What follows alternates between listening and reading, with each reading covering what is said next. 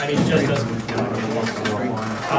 My name's Bob, and I work for a biodiesel plant in Denton, Texas. I am the Vice President of production for Biodiesel Industries, which is a company that's actually trying to make money in this industry. It has been trying to make money in this industry for about, I don't know, 6 years, 7 years, something like that. I'll be doing a couple of presentations at the conference. This would be the least cerebral of them, okay? So this presentation is basically to get us, my way of trying to help us think about things other than transesterification, okay? You know, everybody in this room came to biodiesel for some reason. And so some of you might have watched the latest debates. I'm going to do some hand-raising thing, you know, if it works for the big guys on TV. So, you know, feel free to raise your hand, okay? You know, when I saw the candidates do it, they were kind of looking and going, you know, did Lawrence raise his hand? Because if he didn't, I'm not. How many of you came to biodiesel for environmental reasons, broadly? Okay, broadly. How many of you, and there's more than one answer, right? How many of you came to biodiesel because for self-sufficiency reasons? I want to be able to make fuel my own darn self, okay? How many of you came to biodiesel to make money? Okay? You guys are going to be the disappointed ones in the group? Okay? So today's presentation is going to be, you know, John asked me to do a presentation. I did one last year at the kickoff of the conference that I called Biodiesel as a Gateway Fuel. Did any of you happen to see that last year? Great, because I borrowed a couple slides out of it. And basically the analogy was, you know, be careful if you're into biodiesel because it might lead to harder stuff, okay? You might find yourself wondering what zero waste means. You might find yourself looking into hydrogen, you know, what's up with that? A fuel, a storage media, what is that? You might actually start looking into agricultural stuff, bless your wallet. So this year, it's been a tough year in biodiesel in the business. And some specifics, the presentation I'm going to do on Sunday is about, I think I titled it, So You Want to Make Some Money in Biodiesel. My background is I'm an environmental conservation major from University of Colorado in Boulder, the People's Republic. I took that degree in 1980 when it was a fairly new thing, and so new that I got a job working for minimum wage for Ball Aerospace. I then sold out and got an MBA from University of Northern Colorado, Greeley. I tell people UNC, and they say, oh, Chapel Hill, and I go, no man, Greeley. We also call it University No Credit, okay, basically. So Sunday's presentation is going to be a lot more on the business side of things, talking about break-even analysis and feedstock costs and distribution channels and all of that. This one, is it getting there? Cool. Might we even get it here? Yeah, it's for now. Well, we'd have to switch the switch power to the okay. So channel 1, channel 2. No. Let's swap back over. Okay. I'll start over there. John, yeah, I get it. You won't make it? No way. I think it's the one we're going to have to roll. We would move the camera over to the atom. Okay, I think that a nuclear blast picture I have will look pretty good on the screen too, won't it? Other than for those of you behind that column. But maybe I'll just tell you what pictures are up, right? Lawrence, you know, you don't need to see it anyway. All right, so some of you came to make money. How about save the planet? Anybody? You know, I'm in that group too, save the planet. You know, 1 mile at a time, that sort of thing. So, all right, I need to walk down here now, don't I? So basically, this presentation I decided to call Sustainable Solution of Dead End Street, okay? And one of the things that I see when we come back from Nicaragua about 2 years ago in this country is we've really polarized ourselves, okay? Red state, blue state, conservative, liberal, you know? This labeling isn't going to help us because what I see is like 2 guys fighting each other, running off a cliff, looking at each other going, hey, hey, hey, ah! Okay? So, the presentation today has content in it to make us think. It's stuff that makes me think. I don't know how I feel about leaders. So if someone offends you, it's not my intention. If some of it makes you think and go, I think he's wrong about that, Okay? Semi-other source material. I've put the sources on most every slide. I've got a bibliography at the end. Most of this is going to be stuff you guys have seen, but it's a broader context for biodiesel. Okay? Period. Again, for those, yes? So will you make that slide deck available? Yes. I will make all of my presentations available to Braden on PDF within a week of the end of the conference. Okay? He will post them on the website and all that. He did last year. So yeah, yay, great, big stuff. So, again, if you're scratching your head in about 15 minutes going, what does this have to do with biodiesel? This is sort of the first day, broaden, open it up. If you want to talk about triglycerides, monos, and grass chromatography, start running at 8, okay? Demand for biofuels threatens the great apes. You know, I'm killing orangutans now, okay? But it's true, isn't it? Okay, in some way, if we're buying palm fuel, in some way, this is the one that really torques me. The ethanol boom may fuel shortage of tequila. This is when it gets serious. Those of you who know me, this is serious, okay? If you start talking tequila, we're in trouble, okay? So how do we make any sense of this? Well, you know, again, I put some more sort of the zeitgeist. What are the common themes that are running through? I'm in Texas now, and so what I've learned, if it's cheaper than diesel, I'll buy it all day long. Would you say it costs more? Well, that sounds like a neat idea, but it's not going in my pickup. Anything that helps our farmers can't be bad, right? You know, unless, in fact, the price of the commodity is going up, but so is the cost of the inputs, okay? So what the farmer gets might be something different. Excuse me, Bob. Yes, sir. Do you mind if we ask questions, or should I? It's probably going to be better to wait on this one. My other two will be during it. I'll speak more. Thank you. But heckling anywhere during the presentation is always appreciated, Lawrence. Okay, seriously. You just think that's bullshit, just say, you know what, that's bullshit. But, you know, again, if it's good enough for Willie, it is good enough for me. That's bullshit. It all depends on what we're saying is good enough. Hey, no problem, because when the oil runs out, we'll all run biodiesel. Okay? But you're hearing that, right? I mean, you guys know better, but maybe not. It's one of my favorites. Algae will make all the feedstock we'll ever need. Okay? That's bullshit too. Thank you. I expect when Doug Henston and I meet tonight, he's going to hear about some of these slides, and he's the nice gentleman from Solix. So this is a presentation in 5 parts. And I'm sorry, what time do I go till? Go all day. Frankie. 2:30, thank you. So we're going to talk about some history, we're going to talk about some science, we're going to talk about some economics, we're going to talk about some sociology, at least I am, and then I'm going to try to come to some sort of synthesis. So what? Okay?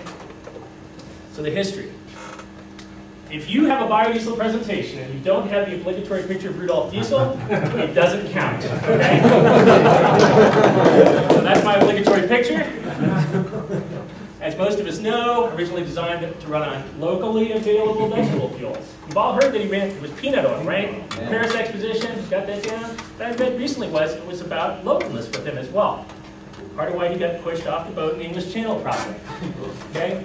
His engine replaced steam engines, much more efficient. Diesel engines more efficient than gas in terms of being, combusting better. So again, I did the same presentation a couple of weeks ago at University of North Texas in Denton. So this is the pedestrian section. Over 50% of European passenger cars apparently now are diesel. I heard 30 or 40, but it's up there. So how many people here drive a diesel? Okay, actually I'm going to put my hand down. Sometimes. They're fun, aren't they? So let's see, TDIs. It's about 4. Mercedes-Benzes. Anybody in here looking for a Mercedes-Benz? What year? There's a gentleman here, Larry Roybal. He's got 3 of them for sale. This guy holds the distinction. When I was running Rocky Mountain Biodiesel a couple years ago up in Berthoud, he made the very best biodiesel that I ever tested from a home brewer on my GC. First time. Other people come lower. So not only so I bet your cars are pretty nice too. So seriously, he's got some old Mercedes for sale. He'll be around this weekend. How about Fords? Anybody running a 7.3 liter Power Stroke? Have any problems with it?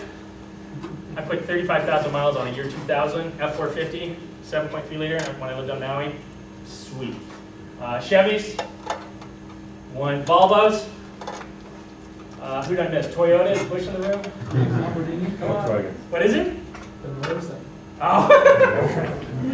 Volkswagen Rabbit. Rabbit, that's right. I heard you say that, an older one, right? Isuzu. Nice. Isuzu? All right. Sprinter? International Scout. International? Okay. Dodge. So again, one of the reasons that historically I decided to go straight from Rudolph Diesel to fat of the land, okay? Because, you know, in between there was a lot of stuff that went on, but in terms of most of us in this room, how many people learned about this fuel from the fryer to the fuel tank? Okay, about 10 of you. How about fat of the land? Who heard of fat of the land before from the fryer to the fuel tank? One, and I'm sorry, your name was Jerry. Jerry, thank you. I got to butt in real quick. Is Zach Rouse in this room? Yeah. Thank you. He'll come find you. So, the reason that I started with, you know, in the 1990s, a new wave of homebrewers developed. How many of you call yourself homebrewers? My hat's off to you guys, okay?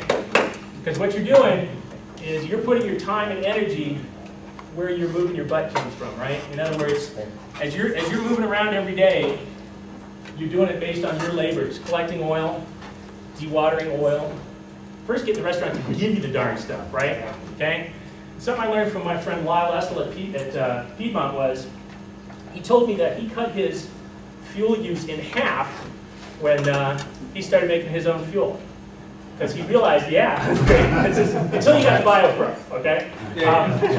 But he cut his fuel use in half because he's making his own fuel, and all of a sudden the appreciation for, hey man, this is hard collecting this. And I asked him, how did you do that? Well, he quit his sales job. That was one. He used to sell stuff, so he'd drive around a fair amount. Two was he started consolidating trips. Okay, that's not hard. So, Fat of the Land came along. These four ladies traveled around, got some press, and I'm thinking, although I don't think Josh Tickle would admit to this, but I think that, well, maybe he does. Does anybody know? Does he? Good. Because he doesn't. I found a picture with Kaya because I thought she deserved some credit. Okay? Yeah. And you know, arguably, his book turned a bunch of us on. Okay, arguably, just did. And it had inaccuracies and all of that. I think what he did was important because it got it out there. And I think it was the Today Show, right? He got on the Today Show and stuff started happening, right? So, you know, kind of in the 90s. Most of you probably, how many of you go and read or participate in InfoPop? Okay? Great, put both hands up. A bunch of you, right? How about the Biodiesel Community part of InfoPop? Okay, it's a smaller number, but good stuff, right? Biodiesel Now. Anybody in here participated in that relay back in '03?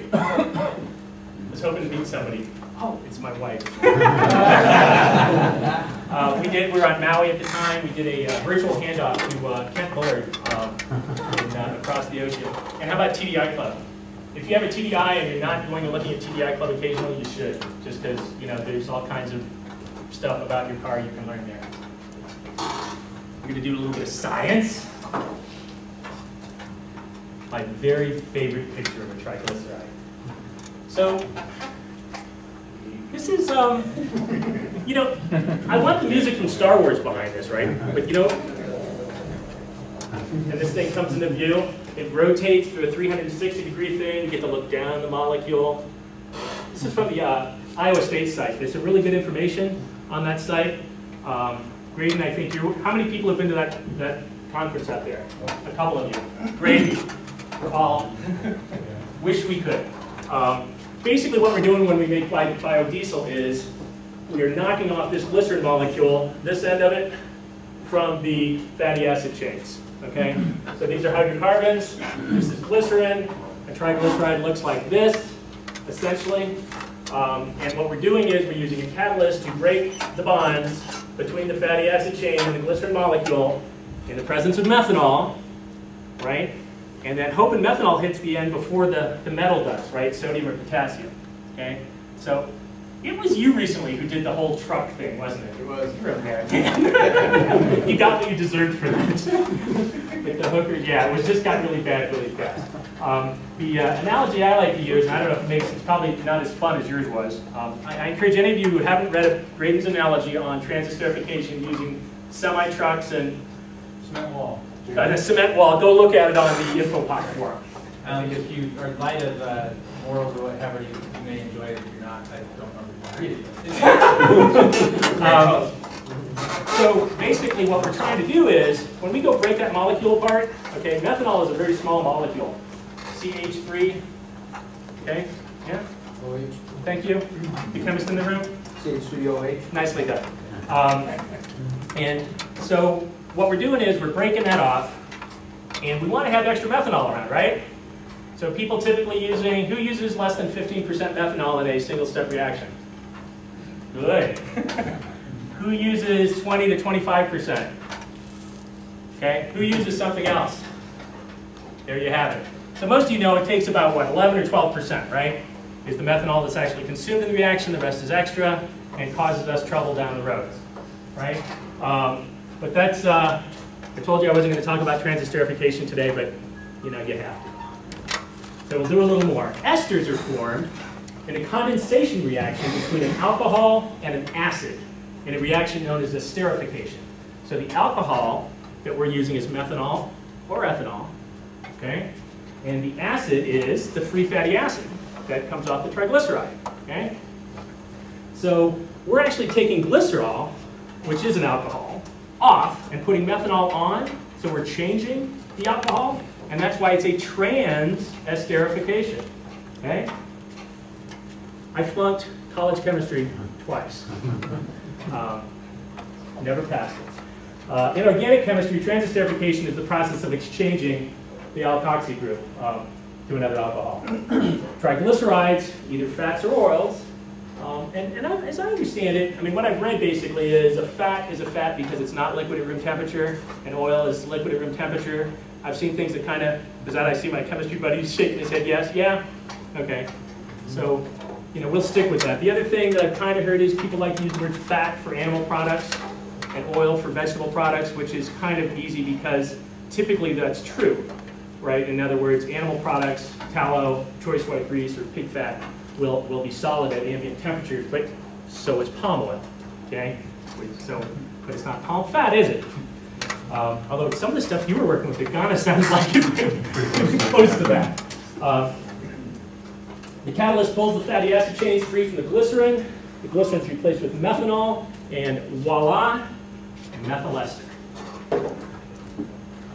So then we need to make biodiesel, because as most of you probably have heard, some of us commercial production snobs say it's not biodiesel unless it meets ASTM 6751, right? That make everybody understand that difference?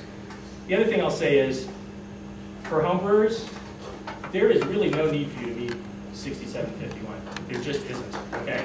There just isn't. The people who sit on ASTM committees, does anybody here sit on any ASTM committee? Okay, so I don't either, but I've met a few of them. Their job is to keep us out of trouble, okay? So when they look at things, the main reason we transesterify is to drop the viscosity. That's number one, okay? Reduce the cloud point if you happen to live in cold places like Grady does. And I don't so much anymore. It was cold in Colorado last year, huh? So, you know, I see a lot of discussion on the forums going back and forth about, you know, should I send my fuel in to be tested? Should I pay the 80 bucks or so? I guess 79-ish is what the folks we have these days. Magellan runs 89, so like that, to have the free and total glycerin measure. My vote would be, if you have that money to burn, sure, support the effort. I would donate it instead maybe to the foundation that you showed us this morning, right? Yeah, keep it. Make a better use of those funds. Learn the 327 test. I'm going to be doing some of that tomorrow morning early because, you know, I love the smell of methanol in the morning. It smells like victory. Seriously, meeting ASTM is something that, but let me state the other side of that. If you are selling your fuel, okay, if you are giving your fuel to your buddies, okay, let them know. Set your goals, okay, because if I'm making fuel and I'm really happy about it and I'm running it in one of those nice Mercedes I picked up from Larry, okay, and you're running a 06 TDI, right, and I go in, it's all good for me, it works for me, and it trashes your car, that's not okay. All right. So again, what you put in your body, your car, your choice. What you put in somebody else's, you might want to let them know, okay? So how do we get from one to the other? Well, we separate the glycerin. We wash the esters, either a wet or dry process, to remove the methanol, the soap, and the residual caustic. Anybody here have hands-on experience with Magnasol? Right, I need to talk to you about this. Okay. And maybe you guys as well. Lawrence, a little bit. Are you happy with it? Can you filter it out, Frankie? No, you can't filter it out. Are you done with it? Bad, I'm done with it. Bad! Same experience back there? Okay. So I understand it works, but you need 1 micron absolute filter and maybe a bunch of cycles maybe, okay? How about Amberlite? Hands-on experience with Amberlite? Okay, and I have not quite a touch yet, but I'm going there this summer on a scale, perhaps. There's also a product put out by a company called Langsness that I'm getting samples of. So ask me later in the summer how that worked, but this is a big deal right now for all of us, homebrewers and commercial producers alike. The Denton facility that I'm currently stationed at, sort of in a TDY manner, is making between $500,000, temporary duties. I wasn't in the military, but some of the words are cool. I worked for the Marine Corps for a while at Sam Smith. I ran the riding stables, horseshoe in. It is true. We were making 500,000 gallons roughly last year. We weren't limited by production equipment. We were limited by the cost of feedstock, the price of diesel. Sound familiar, anybody? But the point of it is that generates about 500,000 gallons of wash water now. Okay? So we talked to the city of Denton and said, hey, we'd like to put our high BOD, biological oxygen demand, wash water down your municipal wastewater system, which happens to be sited right next to the landfill where we are. They said, that's great. How much are you going to put down there? We went, depends. 500,000 to maybe 3 million gallons in the next couple of years, and 75 grand a month is what we pay for that. But since we're making so much profit, not even close. We can't, right? So that's why we're headed down that path. Drying and polishing the fuel. With what? The path of Amberlite, ion exchange reactions. Waterless wash. Yeah. And it looks like the Langsness product has some real benefits over Amberlite. It can last up to 5 years, so they say. So maybe it'll last more than a year. I don't know. Haven't seen pricing yet. Yeah, I know, Steve. If it sounds too good to be true, it's algae. Sorry, I'm digressing. Okay, digressing. Oh, let me go back. I'm sorry. Drying and polishing. I've learned that this is pretty important, at least on fairly large scales. So, we would go through, get all the fuel dry. Well, for one, make sure you know what temperature you dried it at, right? Because when it cools off, it doesn't hold as much water, does it? Okay, so that's one. Ask me how I know. So heating to dry is a bad idea? No, not necessarily. It depends on how hot you heat it. If you heat it enough to drive everything off, that's fine. Just as you take your fuel and chill it down and see if it's still clear and bright. The clear and bright test, at least in my opinion, is the best free test you can do. Clear and bright means just that. You hold the fuel up. If it looks like, I think I see a little haze, it ain't clear and bright. Okay? Doesn't mean it's water, right? It could be dreaded white stuff. I'll talk about maybe in a minute. Clear and bright. It's really a great test. The other is take a sample of fuel. I would do it we did it in pint ball jars, okay? And I would hold it against the finest print I could find, finer than this. It should make the print blacker, okay? And if you hold 2 samples up, they both look pretty good. One's clear and bright, one's, God, I think it is, and you put it next to it, you'll see a difference, right? So the next step to do in drying, at least if you want to spend a little bit of money on the cracker test, I have not done. You guys done? Yeah, I don't know how to quantify it is my problem. Yeah, you put it in the pan. I don't know how to quantify it. There you go. Clear and bright. This, how many of you guys have seen Biodiesel Smarter? Okay. This is a great magazine. Even if Frankie didn't get me to write an article for it, it was a great magazine before that. But seriously, this is in addition to the fact, this is done by people like you guys. Okay. So, yeah, there's so where was I? I was on water. Move on. Oh, I wanted to talk about non-soluble suspended material. Okay. Who here has had experience with dreaded white stuff? Okay. So what this was, what I saw numerous times, is we'd have fuel that went through the dry cycle, through wash, okay? Clear wash water, or virtually clear, not always clear. Again, and our feedstocks typically were waste vegetable oil and poultry fat. Our waste vegetable oil guys burn their plant down, ask me how later. It has to do with the spontaneous combustion, so we went to poultry fat. But the what would happen is that as the fuel went just dry, okay, so we washed it, it was fine, everything was good, it's clear, we go dry, it's getting clear, it's clear and bright, and at the bottom we get this very fine wispy precipitate. You guys seen some of this? Okay. The guys who seem to be doing the best understanding of what that is Randall von Riedel out of cytoculture. He's done a paper on it that I think you can find on the net. You can find, it was in that glossy, Biodiesel magazine, at least a piece of it. But and then He's the guy that does the flip test. yeah, Bob McCormick at NREL is working on that. But it looks like it's probably related to sterols. Okay.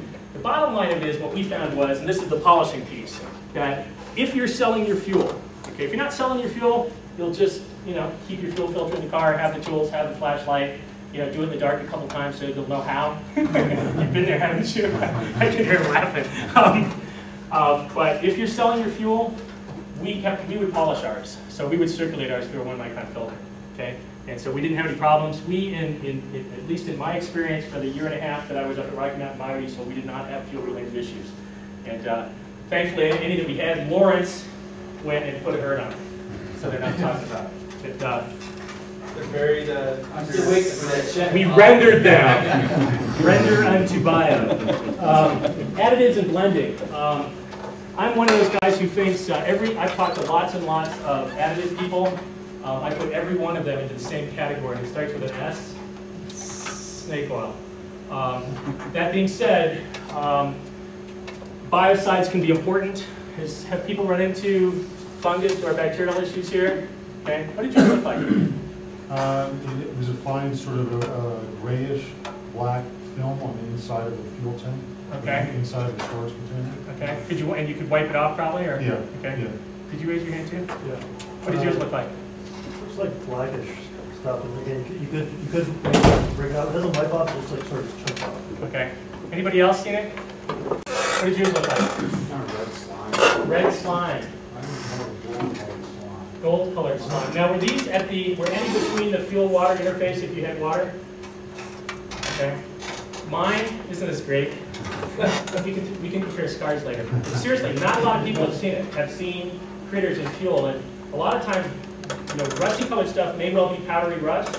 Anybody run into that one? I mean, I have a couple of times where if you use steel drums, be aware of that. You can get a very fine sloughing off. If you're in doubt, take that stuff and take a magnet, and it'll follow it. Okay. The stuff I've seen was black. It sounded like yours. It was in the bottom of a fuel barrel I bought brand new, a yellow 4-gallon deal from Ace Hardware. I put bio in it. I set it over in the corner for when my pal John Bush stopped by. I wouldn't have. We had 7,000-gallon tanks in a 3-inch hose, so I wasn't very friendly to for fueling people. So I set some aside. So one of the days when I found some of the dreaded white stuff, I went, let me go look in some stuff I've got aside. So I took the 4 gallons that had been sitting inside, not in the sun, in probably 65 to 72 degrees. And this is pretty good storage temperatures, right? This isn't birthing. I took a pipette, put it at the bottom, and stuck some stuff up, and all this black stuff came up in it. I went, I had a little organic garden up there, so I thought, how did I get compost? It was like plumpy, woo, up in there. And I looked inside and went, ah! And there was little colonies on the bottom, round, black spots. So now I've got a 7,000-gallon upright storage tank. Actually, 3 of them. Big milk jugs. Yeah. I'm like, geez, I wonder what they look like. So when we got to the bottom of the first one, we had, again, if you'd have added all the little spots, that much in the bottom of a 7,000-gallon tank, that's a 10-foot diameter, okay, which was not a big deal. But it didn't. We had no issues with it, but it started me using biocide. Biocide is bad stuff, okay? It is just what it said. It kills life, okay? So people seen Daryl Hannah drink bio on the internet, on the video thing. It's all cool. Don't do that unless you made it. Even if you did, you know, unless you want to poop like a goose, you know, don't do it. But if you buy fuel, you don't know what's in it, okay? And so I hate putting biocide in fuel. I hate putting 1 part per thousand of diesel in perfectly good bio just for the blender's credit. But just be aware that, so biocide I will remove from the steak oil category. I hate to do it, but it's, if you have it, you need to hit it quick, okay? I've also seen some stuff that looked like mattress ticking, sort of fluffy, sitting between the fuel-water interface. And I saw this in Hawaii, and as I showed it to, and talked with Randall Von Weedle about it, he was suggesting probably fungus. It's kind of what it looked like. It looked just like mattress, fluffy, I don't know, belly button lint, I don't know. It's kind of like a jellyfish. Yeah, although this stuff was like fuzzy. So I've seen snot in the bottom of stuff, a clear, like almost like petroleum jelly, okay? Yeah, you guys, we're getting into biodiesel. This is getting down and dirty right now, isn't it? But that's a great part about events like this, right? We can let our hair down, so to speak, right? And talk about it. Cold flow enhancers, I have not had any good success with those. The best cold flow enhancer is start walking, okay? Guys like Denver. So we use Standardon. It's a winterized conditioner, and we did a lot of tests with it. And I have some slides I can show, and it really worked pretty well. How long ago? Was this last year? Last year. Yeah, so the reason I asked that question is the testing that we did was 2 years ago, and they've been working on it. So we sent out Primrose, Standardine, I'm going to go back and look at my notes too. Standardine, what's the Arctic Express, thank you, Power Service.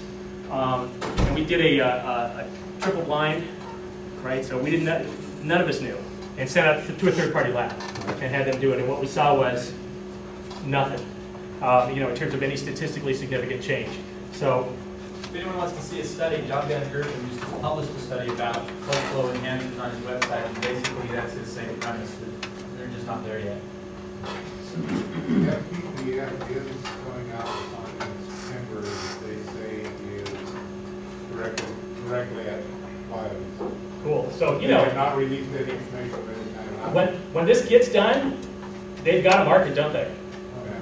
And the thing is, when this gets done, we will all actually know it, right? And I've heard, in addition to what you're saying as well, there's some stories about the Standardine stuff I've seen, you know, not by them, but by users online. It might have been you, though. Probably not, probably not. Oxidative stability, there's actually something real interesting out just recently on adding citric acid. And I'm not suggesting you do this, okay? But again, it's not typically an issue that we have, homebrewers or small producers. We don't store fuel more than 6 months. Do we? Anybody store fuel more than 6 months? Why? Because I go to Mexico every 6 months.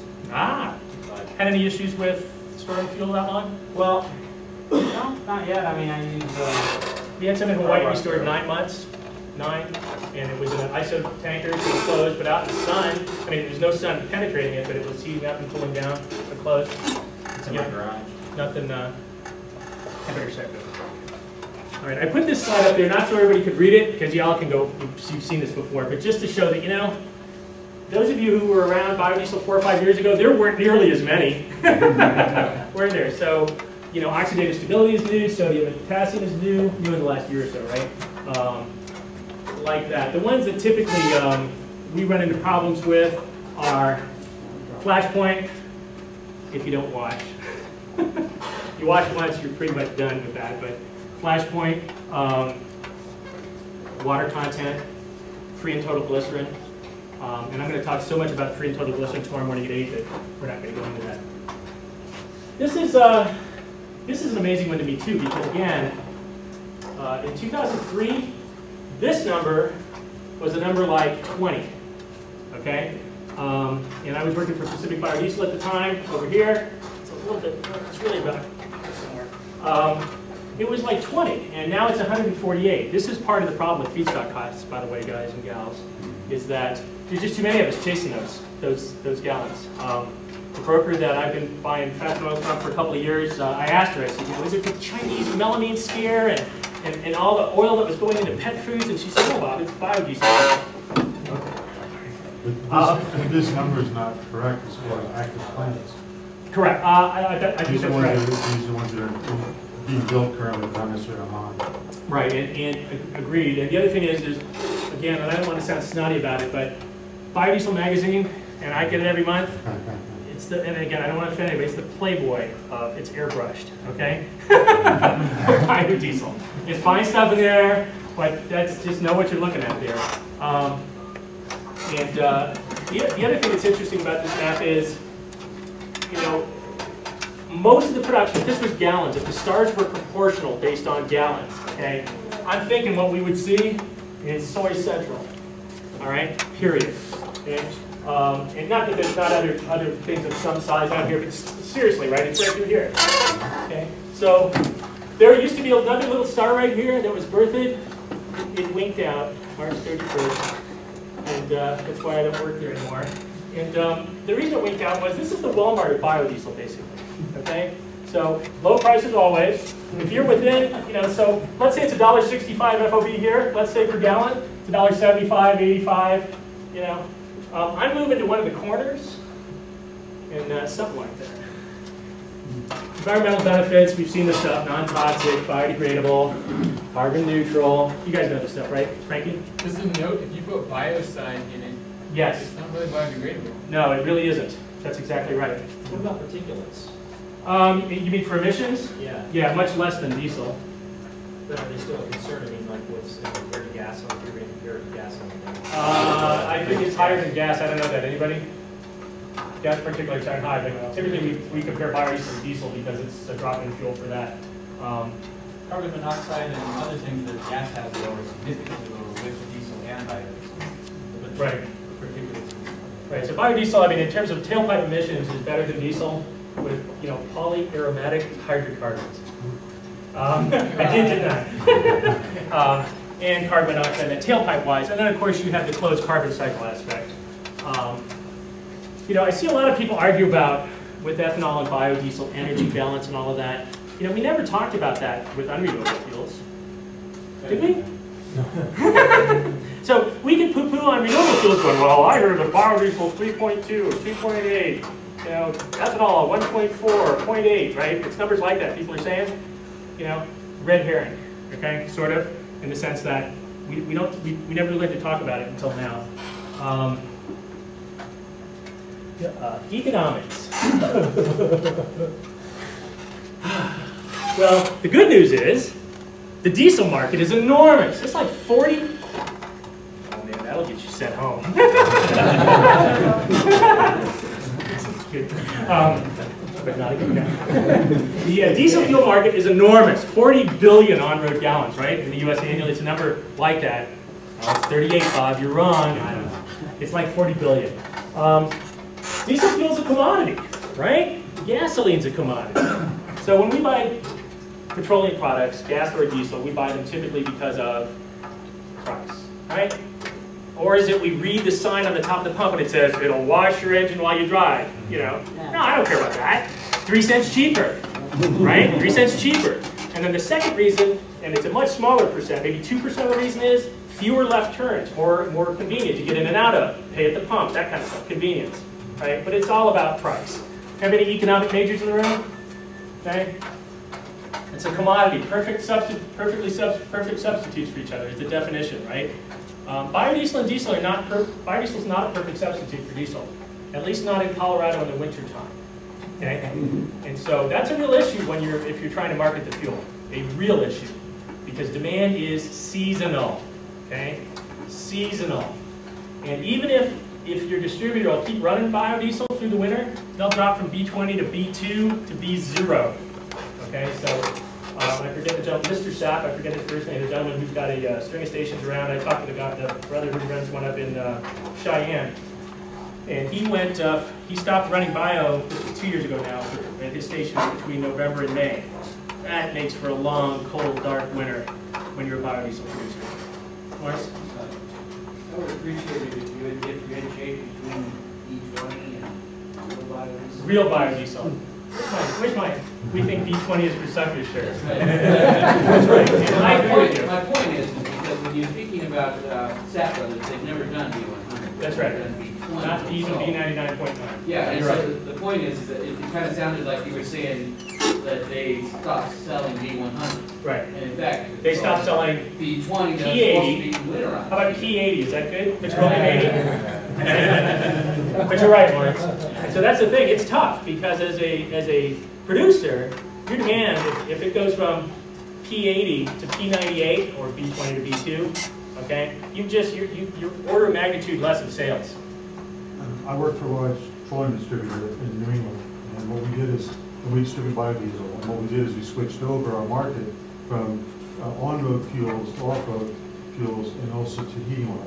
So we switched the biodiesel from the diesel side to the heating oil side in order to continue to have the same volume running through our system. Makes sense, you So know. there was an offset to that, though. And the great thing about heating oil is it's in your home state, but you know what?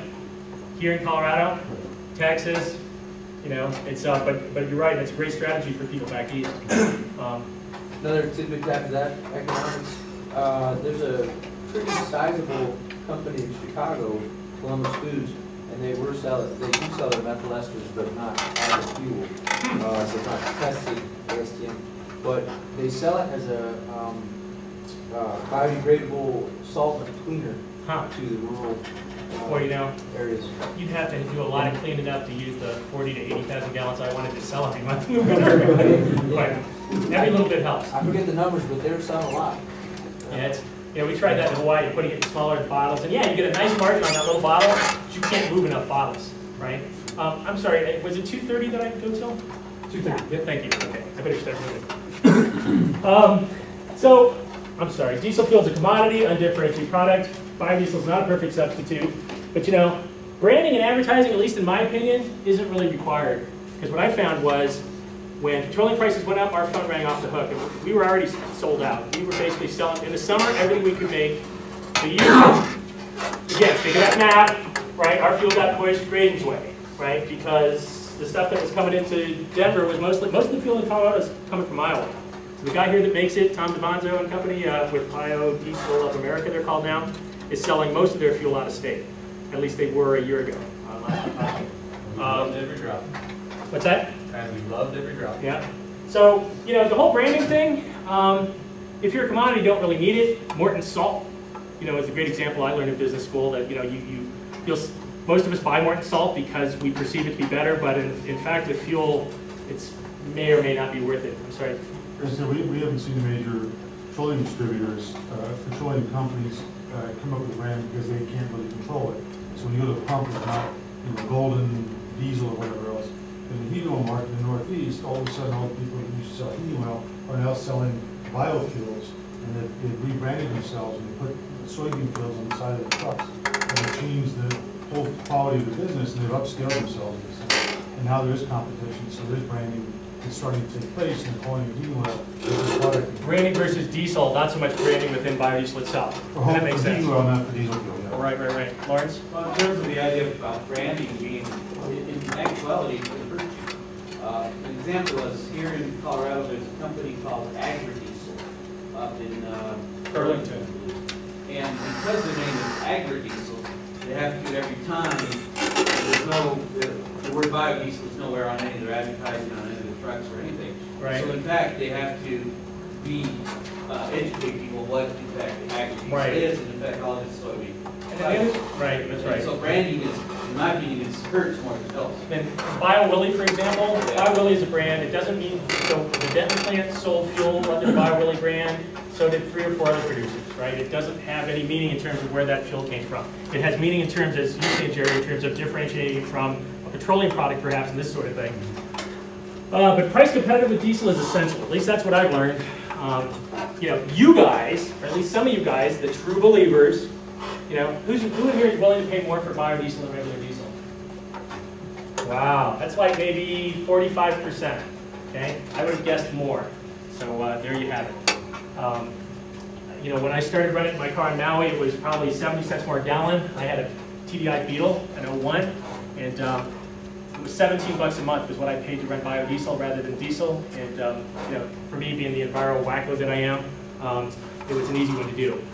But when you're competitive with diesel, bam, it's sold. When you're not competitive with diesel, on any scale, you're cold, dark, and lonely, right? And I see you're kind of, Absolutely. yep.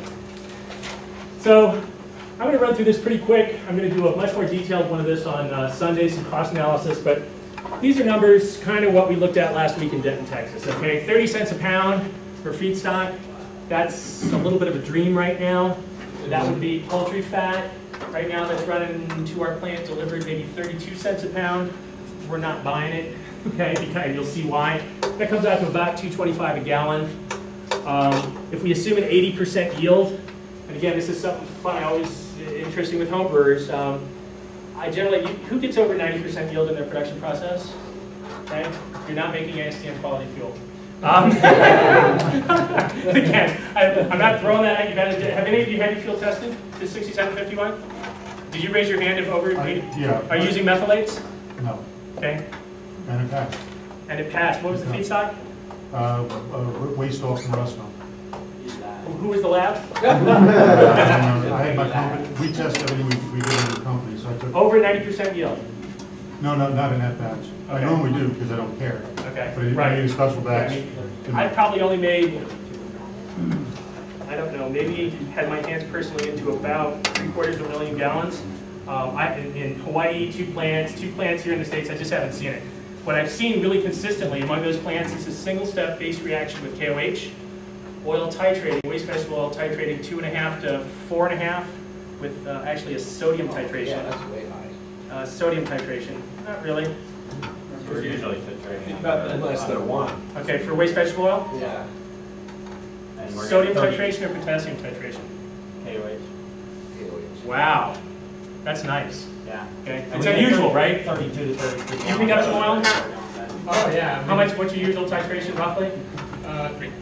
Potassium or sodium titration? Potassium, so that's sort of a If 1.5 it or was 2. under 1, if Right. it was under 1, I would think that my equipment was not accurate. Now, Right. So we're Throw out consistently like 0.6, occasionally as low as 0.3. So you're checking it might be worth it to cross check with somebody. So basically, I mean, again, just what I've seen is 70 to 85%, but if I narrowed that down, 78, okay, Can you 82. explain what you mean by 80%? Yes. yield? Finished dry biodiesel, okay, not in methyl esters, finished dry biodiesel as a function of input oil to reactor.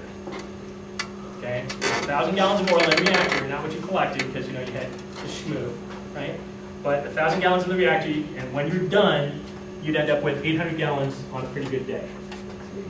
80%. Okay? So that sometimes people talk about yield in terms of conversion yield and that kind of thing. For financial analysis, and generally when we talk about yield, I think biodiesel folks, this is what we're talking about, right? How much we get out for how much we put in. Okay? If you use methylates, which some people have some experience in here with sodium or potassium methylate, you like it?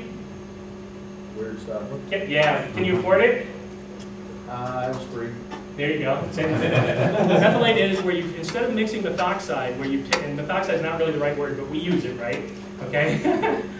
Where we're taking a powder or flake, KOH or NaOH and mixing with methanol. A methylate is, methanol is a caustic that has been made by running methanol through a process, it's sort of magic, with a solid catalyst, okay? And so it makes an anhydrous caustic. So when you mix KOH, for example, and CH3OH, right, together you get H2O in some chemical. Okay, so you create water. So what methylate does is it's an anhydrous or without water caustic. Okay, so you buy it in liquid. You're not mixing it. It runs, sodium methylate runs $3 a gallon in transport quantity, so that's 6,500 gallons. Potassium methylate, which is really nice stuff. Really nice stuff. Because you can do oil titrates at 5, one-step base reaction with potassium methylate, and it just, the glycerin runs, and you don't have to keep it, it's hot to keep it moving, right?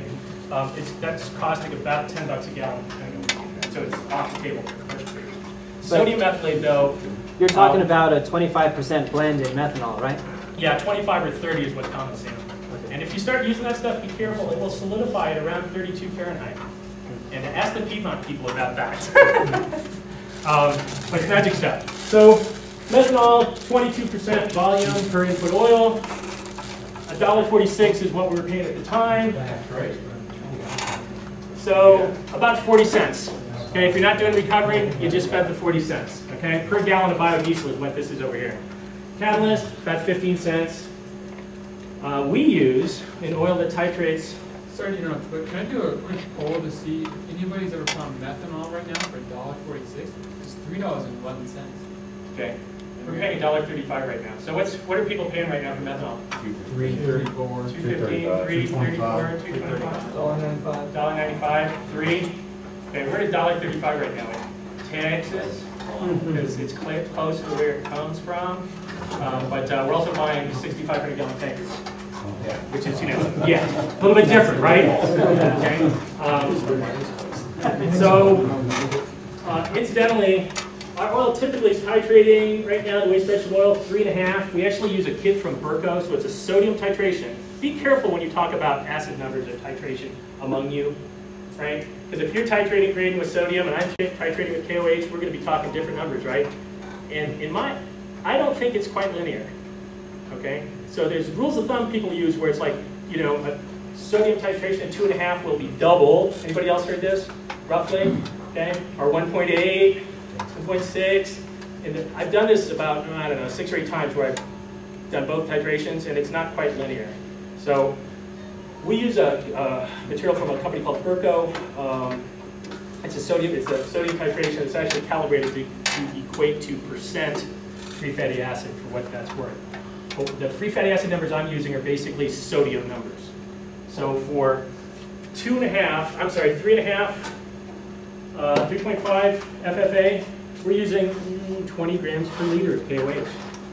Say that again? 20 grams per liter of KOH. Say it again? Yeah, I wanted to hear the gasp and hear me go. I didn't hear gas yet. Don't you get lots of soap? When you get an 80% yield, so we get soap. And we get an 80% yield. We've been running 78 to 83-ish yield, okay? And so all I can say is the reason that commercial producers, so again, I'm not a home brewer, I work for commercial producers, we must meet the ASTM standard. We'd be screwing all of us if we didn't, okay? And for those of you who know me a little bit or visited me up at Berthoud, it was me and a guy named Steve running the plant, okay?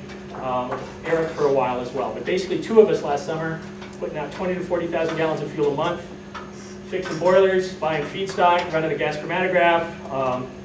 We made fuel, and I'll be happy. I might have it, I guess, in my tomorrow presentation to show you the ASTM reports. If we can make ASTM fuel, so can any commercial producer. And if you're going to be a commercial producer and you don't sell ASTM fuel, you're hurting all of us. I did it again, didn't I? So there's a buck back from Uncle Sam, because this was a poultry fat example. 50 cents if it isn't. So there's our direct material cost, okay? Net of the buck. And I love it when I get the question, well, so who gets the blender's credit? Yeah, it's in the costs. Just to note too, his 30 cents a pound is really low. When he said he was green, that's because it's got commodities that shot Yeah, through the air. yeah, it's probably, poultry fat right now is probably 34 or 36 delivered to us in Texas. Good soy, 42. Yeah, like that. Forget about it. So the wholesale or rack price of diesel in Dallas for low emission diesel, which is what they call ultra low sulfur down there, happened to be on June 27th, $2.21 a gallon. Okay, we're not going to do really well, Jerry, are we? No. I know. All right, I really need to start moving because the good stuff's in the back end of the presentation. Risk analysis. Well, the market potential is based on the commodity price of petroleum diesel. I can't control that. I don't think W can control that either. Okay? So the fact is, I don't think anybody can really control the price of petroleum diesel, which means that it does what it does, and we suffer or what's the opposite of suffer? Reap, celebrate accordingly. Thank you. We're currently dependent on a subsidy. So they call it a tax credit. It really is a subsidy. You don't need to be making a profit to get it back, thank God. Okay? And it sunsets in 08. Everybody I talk to in the industry says, oh, it's going to be re-upped. You know it is. Until that chicken done hatched, don't be counting it. Okay? Don't be counting it. That's all I can say. Splash and dash. Anybody heard of this? U-boats? This is sort of a fun one. So what's happening is, these days, in this funny world of ours, esters from Brazil, or palm oil from Brazil, is coming up to Houston, to the ship channel. If it's esters, they're mixing in 1 part per thousand, splash, and then dashing to Europe. So our tax dollars are subsidizing the transport. Yeah, it's nuts. Nuts. So fortunately, there is a bill in front of Congress now to stop that nonsense.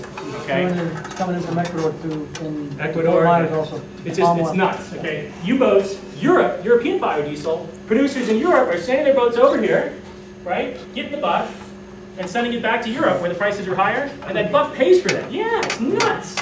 So, you know, let's be careful of, what's that? Yeah. Gotta play the game. Yeah, well, you know, we're working too hard for those tax dollars to let them play that game. Overbuilt capacity, we talked about a little bit. Lack of economically viable feedstocks, that might be a risk. So I call this slide well-intentioned madness. This is a slide that a colleague of mine showed earlier this year. He had it titled something like how we're going to get all the fuel we need. And so he basically was saying that we consume about 35 billion gallons of on-road diesel. That's about a 02 or 03 number.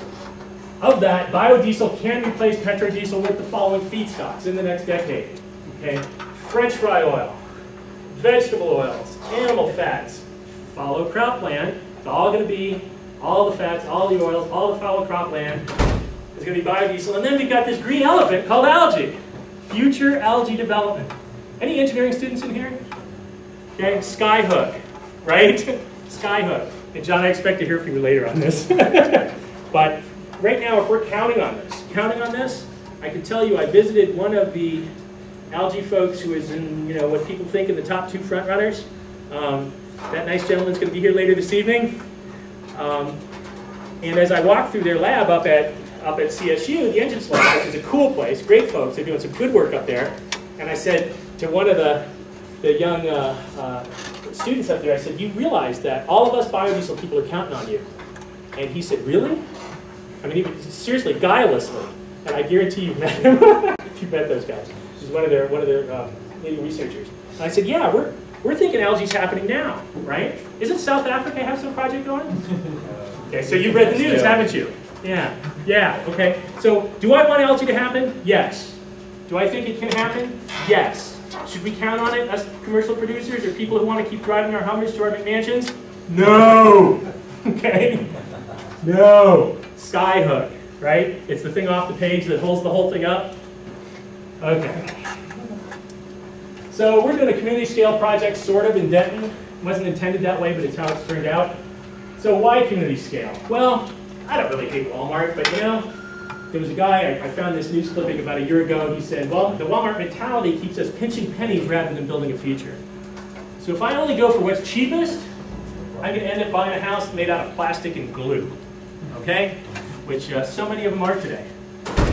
E.F. Schumacher, one of my heroes, said a civilization built on renewable resources, such as the product of forestry and agriculture, is by this fact alone superior to one built on non-renewable resources, such as coal, metal, etc.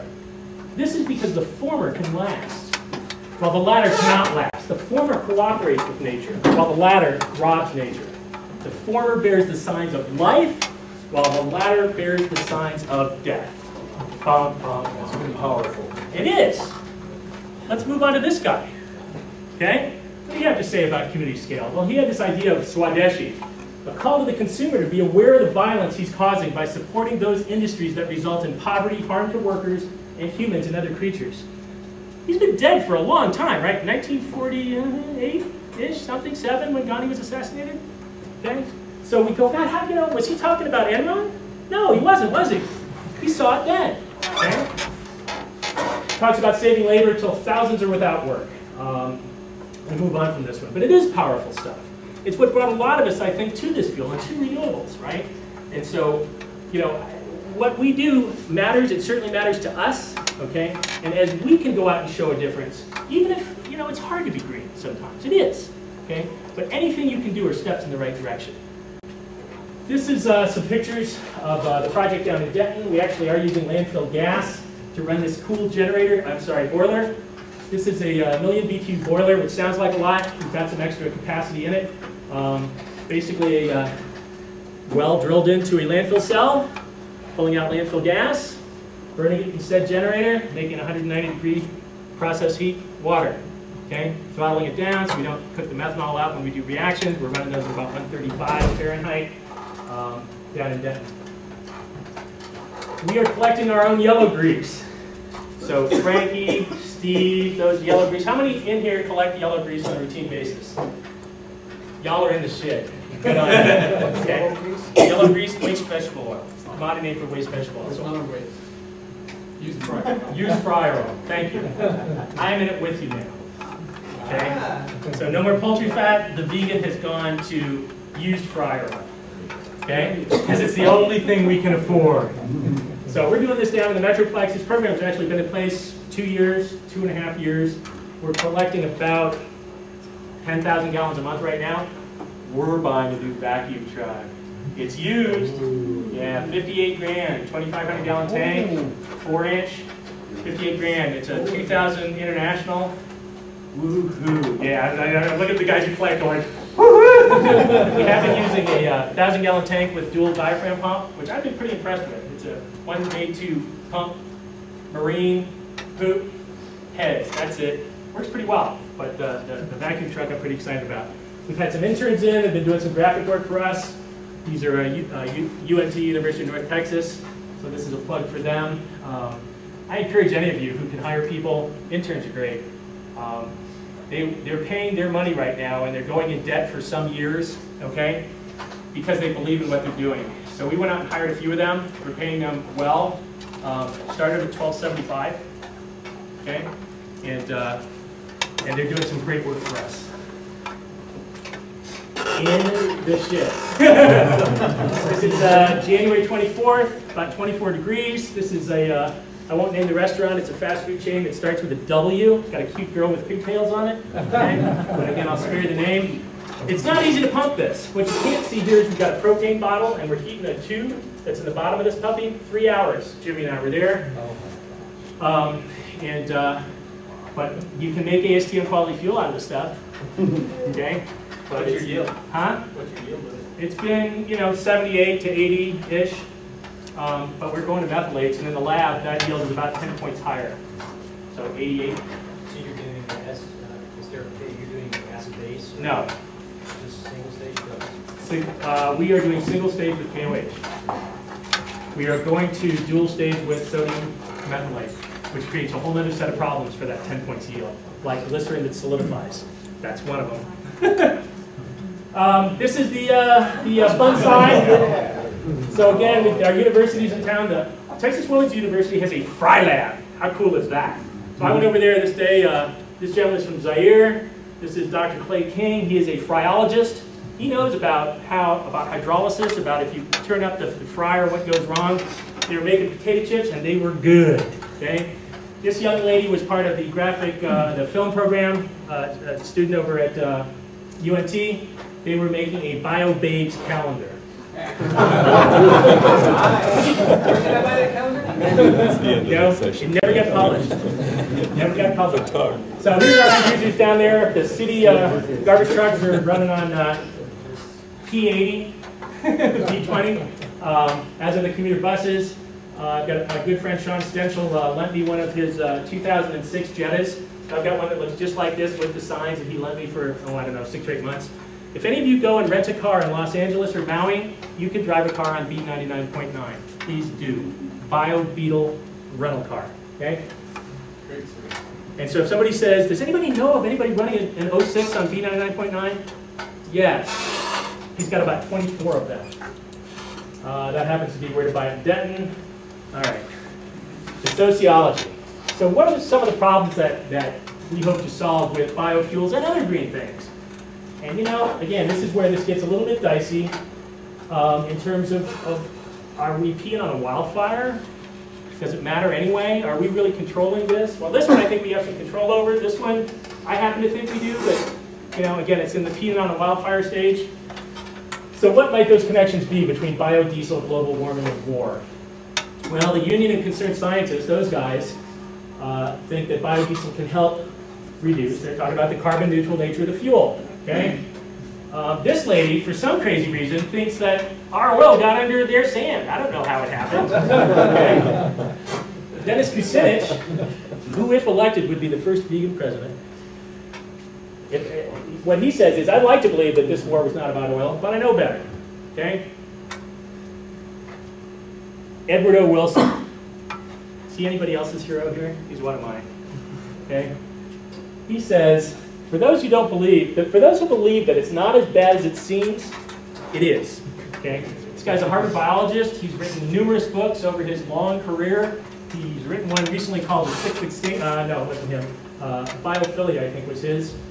The use of petroleum to make and transport cheap food has allowed the human population to skyrocket. That's a pretty powerful connection right there. Food, oil, fertilizer, food, people. Because we're made from food, right? I'm made from tofu, okay? Tempeh, that kind of stuff, but we're made from food. The more of it there is, the more of us there can be. Bracketed between the best and worst case scenarios, somewhere between 2.7 and 270 species are erased from existence every day. 270 extinctions a day is nearly 100,000 per year. Extinctions of what? Species. So, Dr. Wilson and other scientists estimate that the current rate of extinctions is 1,000 to 10,000 times the background rate that it was. Okay. Richard Leakey, who did write the book The Sixth Extinction some years back, dominant as no other species has been in the history of life on Earth, Homo sapiens is in the throes of causing a major biological crisis, a mass extinction, the sixth event to have occurred in the past 500 million years. So whether or not we're raising the temperature of the planet, I think we've, with all the Bed Bath & Beyonds alone, maybe throw the Starbucks in, we've wiped out habitats of a fair number of creatures. Whether that's good or bad, I think, at least in my opinion, it's happened. I found this chart interesting because it talks about, this is population. You guys have seen this before, right? This kind of thing, okay? We've got the Stone Age, the New Stone Age, the Bronze Age, the Iron Age, and then the Modern Age. I think it would probably better be titled the Petroleum Age, okay? Because if we go back to 1859 in Pennsylvania when oil was, sorry? 1859. First pump. Right, in Pennsylvania? Thank you, Titusville, thank you. Somewhere right in here, okay? So, you know, if you see a system that does this, if this is the temperature of your house, any of those things, we at least ought to go, huh, you know? So anyway, there's my moment, huh. Who knew? Peak oil. This is kind of cool. This is a nice website I've come across recently, Community Solutions, because as this stuff starts getting really overwhelming, you go, God, so what do we do? Shoot ourselves now? Party like it was 1999? You know, what do we do? What I see, and there's quite a few of us, individuals and thinkers and writers out there who are coming up with solutions, okay? So I encourage you to go here if you're into that kind of stuff. This basically is giving you a look at peak oil, a US peak, European peak, Russian peak, and, you know, I'm one of those people who tries to figure out if I live to be as old as my grandparents, when will I die? About 2035, okay? So it's somewhere here. You know, I'm thinking my TiVo needs to be turned off then. I don't have one, but when I get one, I'll need to turn it off by now. Where's the Hubbard peak? So Hubbard predicted actually this peak. Right. So he predicted the US peak. He was my office mate for a year. What kind of fellow was he? Great guy, I learned a lot from him. Pretty bright, I'm thinking. He went, at that point, this was 1952. No, this is 1948. So he hadn't really gotten into that yet. And he got proved right about this in his lifetime. He died in about 89, I think, right? He's dead now. Yeah, about 1989, I think. Yeah. But he saw this peak, which happened about 1972, I think, and that's what it was like He here. predicted it in 1955. Right. Right And so on the guy, he saw something, right? Yeah. And you know, so again, we can hope this isn't true. We can hope that the Earth had this big, smushy nougat core of oil. I'm not betting on that, okay? Just not betting on that. Jacques Cousteau, another one of my heroes, says, overconsumption and overpopulation underlie every environmental problem we face today. And, you know, this is, at some point, frankly, I believe that we as individuals are going to have to think about how many of us we choose to make in the future. And I'll leave it at that.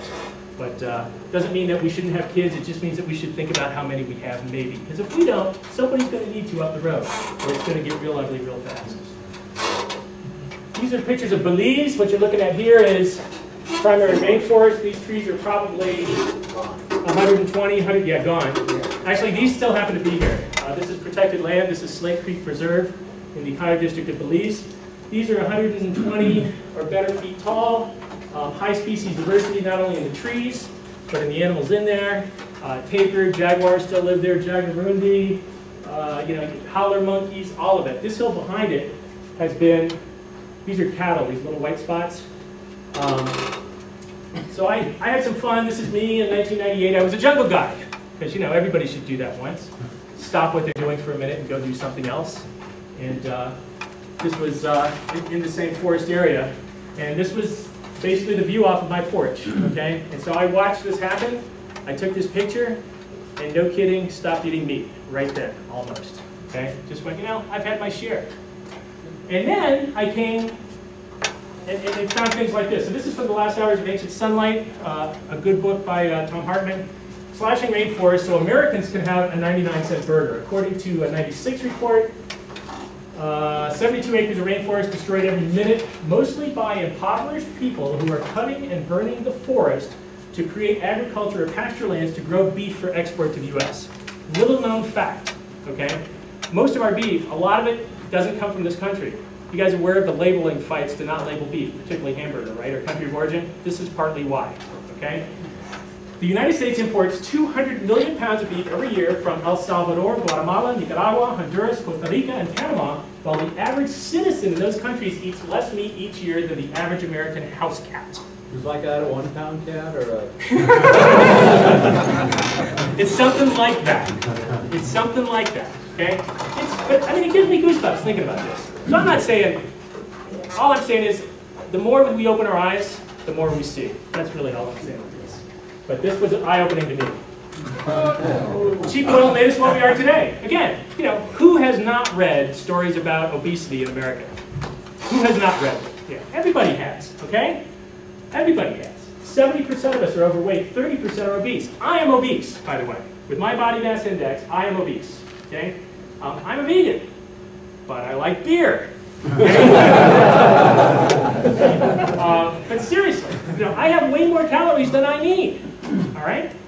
I should take, 10%, 5% of my food expenditures every month and donate it to Kiva, shouldn't I? And I'm going to, by the way.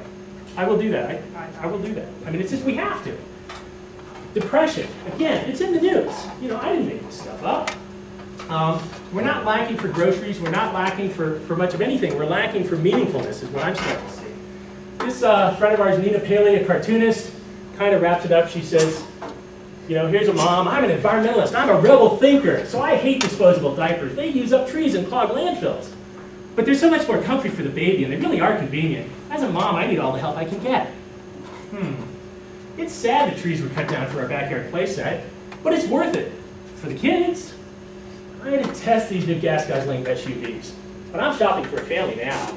Plus, I need to take the kids to daycare. Television's just awful, but it keeps the kids busy and out of trouble. And where are we going to draw the lines? She goes, yeah, I have to make a lot of compromises as a parent, but it's all worth it because I'm raising the next generation of rebels. Well, how many hope their kids save the world? Okay, I do. I bet my parents said the same thing. I'm the kid. We're all the kids. Okay? So, sit back and going, well, I know I can't do much right now, but my kids, damn it. So again, I applaud you guys, because realize this subset of people, I don't know if, and I didn't ask the question, and I won't, but I doubt there's anybody in this room who's looking at biodiesel just to make money, purely to make money. And if you are, good luck. I mean it, good luck. I hope it works. Yeah, actually he is. He's saying Gaga, Goo, Exxon, Googa, Coke, Googa. And yeah, so thanks for picking that up. And this one wants a Furby. Well, about 10 minutes. Okay. We're going to skip that. Addiction to oil. 20 million gallons of petroleum a day. Thank you. Barrels of petroleum a day. World consumption is about 4 times that. So you guys have heard we use 25% of the world's petroleum resources. We're 5% of the population.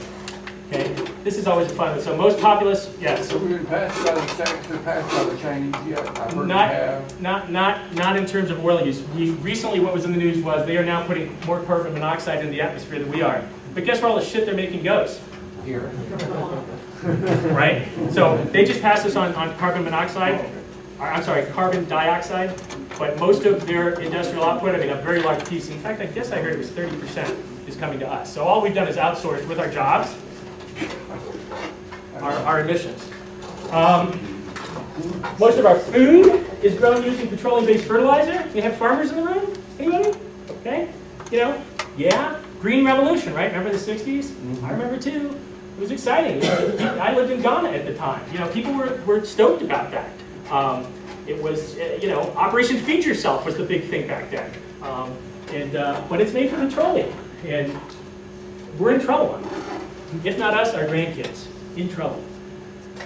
Spend 100 hours of commuting to work each year these days.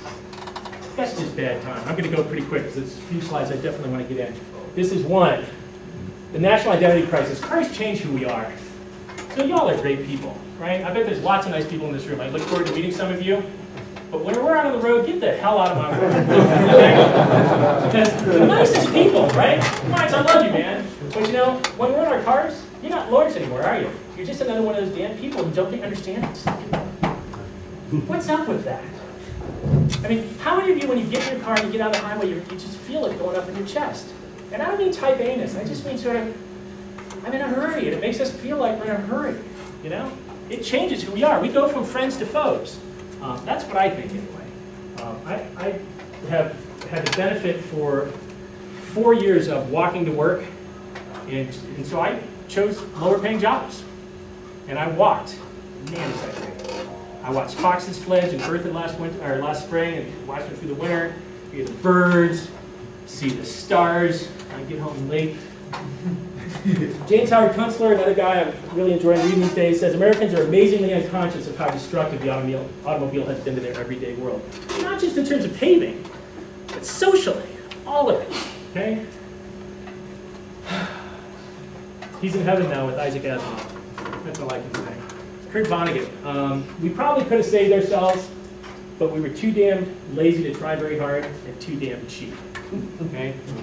Rural astronomer extraordinaire and passed away a couple of months ago. So what? I'm going to skip these. Sorry. Some solutions. Eat lower in the food chain. And what I've been reading is it's one of the biggest things you can do in your personal lifestyle, bang for the buck. Okay? Doesn't mean you have to give up meat. That's crazy talk. Okay? Seriously, that's crazy talk. Eat a little less. Save some for Octodos's cat. Save some for his cat, man. You know? 100-mile diet. This is kind of fun. Camille and I have been trying this. We lived in Berthoud. There's a really cool organic mushroom farm at Fort Collins. Okay? Any of you live near Fort Collins? Okay? Have you gone to Hazel Dell? I know where you mean. Yeah. Do you like mushrooms? Yes. Yeah. You know, you can buy it retail from them there, like $6 to $8 a pound for shiitakes and all. You know, it's great. And they're organic. And they're right there. They're not more expensive. You know, you can go buy them at Whole Foods or Whole Paycheck, and then they are more expensive. But you support those guys in Fort Collins. Support those guys in Fort Collins, and it's good. So again, we weren't able to live within just the 100-mile diet, but we at least we're being conscious of it, and we're trying to get more of that into our food stream. Because it's about dollars. It's about petroleum savings, but it's about dollars in the community. Traditional neighborhood development. I've got a slide here I want to get to on that. Restore the U.S. passenger rail system. James Howard Kunstler, right, among others, is pushing this very hard. What he says is, we have a train system that Bulgaria would be embarrassed of. Okay? Embarrassed of. Moving things by train, electrified train, like those crazy Europeans. You know, they're frou-frou and all that, but they've got some things up here a little bit. They did some things right because their towns were built before the car and ours weren't. Okay, so they were lucky in that sense. Electrify the trains, okay, and make the electricity from renewable fuels. That'd be cool, right? That'd be a good use for biodiesel instead of me driving my Hummer, but it's on biodiesel, right? So it's okay that I drive the Hummer, isn't it? Because it's on bio, right? Sure. This is a big one. This would be a cool project, right? For the country, jobs. right? It's so much more efficient than truck transport. How many, I mean, trucks on the road are crazy these days. Again, I've been living outside the country and I came back and I-25 is, oh my God. I mean, literally, just look out, look out. It's nuts. And bigger trucks, the tandems are allowed in Colorado, right? What they call Rocky Mountain doubles. Triples? Up here, I passed 143. Crazy, crazy. Wind and solar, you know? There's some great stuff with big wind going on. Can't really talk too much about this now just because I'm about out of time. Non-motorized transport. Try buying local. You know, it's going to be worth it one day to spend an extra buck for the damn hammer and buy it from the local hardware store. Okay, because support zero population growth if you can. This is about the nastiest thing I'm going to say here, but you know, most of us actually don't make love to have babies. Sometimes we do, but if you took 100 times that you made love, you weren't looking for 100 babies, were you? The same way that we don't actually eat with the purpose of defecating, okay? It's about pleasure, okay? It's about pleasure. So the point is, on those days that you'd like to make a child, go and do that, okay? If that's what you need to do. Seriously, do that, okay? But on those days that you don't, either one, I gave my wife for her birthday some years ago at that second. I got it, but she stopped taking the pill. Great, I never got another migraine headache after that. No more migraine. So that's sort of a radical way to do it. Condoms work. There's all kinds of things that work. But, and I don't know, somebody here might know what the number of unwanted pregnancies are. Even among people, I'm not talking teenage moms, I'm talking us. Right? I have at least one in my life. Okay? So anyway, here's that. I'm an unwanted pregnancy. There you go. And I'm glad you're here. You know what? I think I am too. I'm the baby of the family, and yeah, I think I am too. See? Welcome aboard the planet Earth. So it's you who made the norms single sex over here. It could be. You know, like you, I sometimes wonder if I rented a home in a burning house. You know, would I have been better off if I was not born? And somebody told me recently, if you weren't born, Bob, I said, I don't know where I'd be. And they said, well, you'd be... No, I said, I don't know where I go when I die. And he said, it's the same place you were when you weren't born. And I'm thinking, you know, doesn't sound so bad. Yes? So, just two questions for you. Burning in my mind and was hoping you can answer them. How do you know, a lot of us are very familiar with these solutions. Yep. A lot of us implement these in our life. Yep. I think we're a small subset of the American population. Yep. So how do you change the habits of the rest of America? That's my first question. Yes. And the second one is, do you guys worry about the influence of big oil in terms of shutting down biodiesel? Okay, so the answer to your first question is, and I came to this one about a year ago for me personally, I decided to preach to the choir. See what I'm doing right now? Don't be afraid to say it.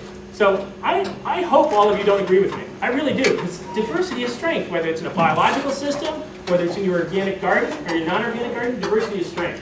So one of the ways is walk the talk, as much as you can, and try to continue to move in a good direction. Don't be afraid to say it. So I'll tell people I'm a vegan, and they go, God, I'm a vegan, what is up with that? And I'll tell them, doesn't necessarily mean you're going to be skinny, unfortunately. So, preaching to the choir, the reason I believe that made sense to me was, it's trying to tell people to change. You can't tell people to change their lifestyles, okay? You can lead by example, I believe. And leadership to me is more about followership. So, if you say to me, hey Bob, let's go climb Pikes Peak right now. And I go, oh man, I don't know, I'm tired if I do that. You go, Bob, but here's, if we do that, it's going to be great. It's this cave I know up there. If I'm willing to follow you then, okay, you've gained something, right? You've helped pull me along, and I really do need to lose some weight. So by preaching to the choir, because we get discouraged, right?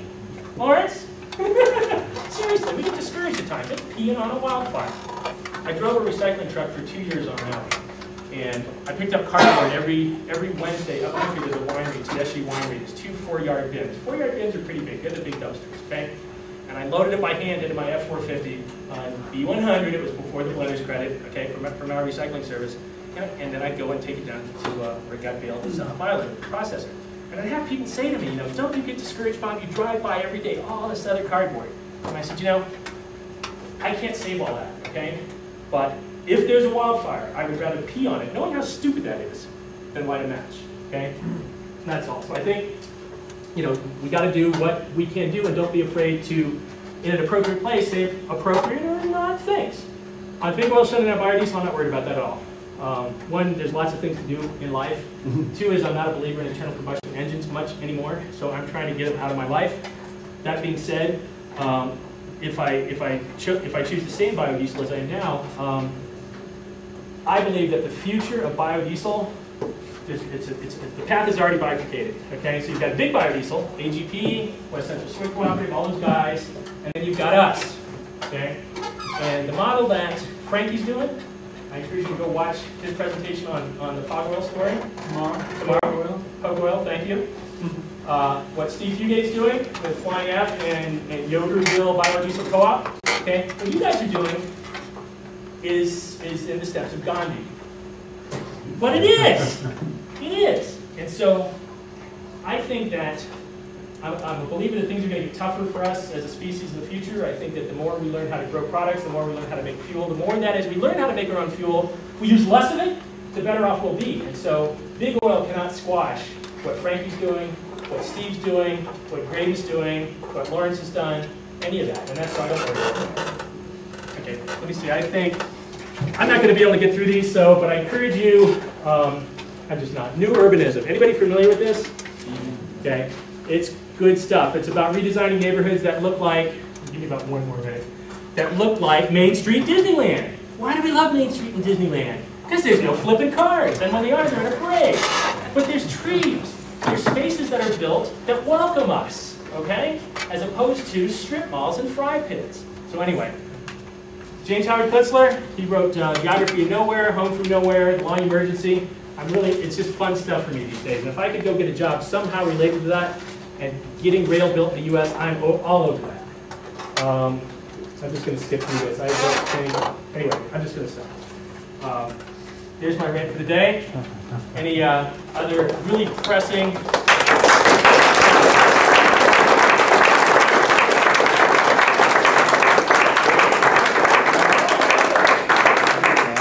We'd like to thank Bob for his insightful stories and such. We're going to start our next session at 2:45. Go ahead and take a break. You got your schedules in front of you. Nice.